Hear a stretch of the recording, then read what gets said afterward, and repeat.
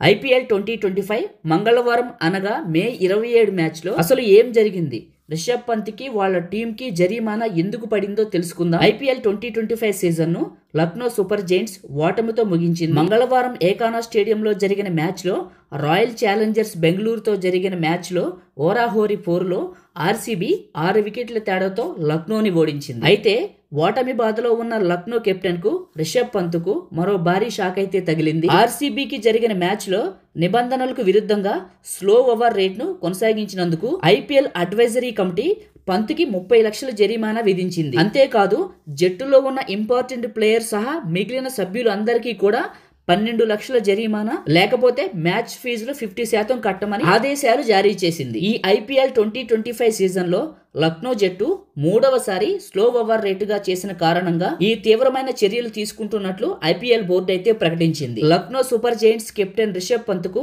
ఏకానా స్టేడియంలో Royal Challengers బెంగళూరుతో జరిగిన మ్యాచ్ లో స్లో ఓవర్ రేటు కొనసాగించినందుకు ఐపీఎల్ కోడ్ ఆఫ్ కండక్ట్ లోని ఆర్టికల్ 2.22 ప్రకారం రూ. 30 లక్షల జరిమానా విధించింది. దీని గురించి పూర్తిగా అడ్వైజరీ కమిటీ వాళ్ళ వెబ్సైట్ లో ప్రకటించింది. ఇది ఇలా ఉండగా అదే మ్యాచ్ లో రిషబ్ పంత్ అద్భుతమైన సెంచరీతో మెరిశాడు. ఈ సీజన్ ఆరంభం నుండి ఫామ్ లో లేకపోయినా అతడు చివరి మ్యాచ్ లో విజృంభించాడు. 61 బంతుల్లో 11 ఫోర్లు 8 సిక్సర్లతో 118 పరుగులు చేసి నాట్అవుట్ గా నిలిచాడు. అతనితో పాటు మిచెల్ మార్ష్ అయితే 37 బంతుల్లో 4 ఫోర్లు 5 సిక్సర్లతో 67 పరుగులు చేసి హాఫ్ సెంచరీని రాణించాడు. లక్నో జట్టు 20 ఓవర్లలో 3 వికెట్ల నష్టానికి 227 పరుగులు చేసి భారీ స్కోరును నమోదు చేసింది. అనంతరం 228 పరుగుల లక్ష్యాన్ని బెంగళూరు జట్టు కేవలం 4 వికెట్లు మాత్రమే కోల్పోయి 18.4 ఓవర్లలో ఛేదించింది. అసలు కన్క్లూజన్ ఏంటంటే స్లో ఓవర్ అనేది రన్ చేయడం వల్ల రిషబ్ పంత్కి 30 లక్షలు, టీం మెంబర్స్ అందరికి 12 లక్షల జరిమానా విధించింది. వీడియో నచ్చితే లైక్ చేయండి.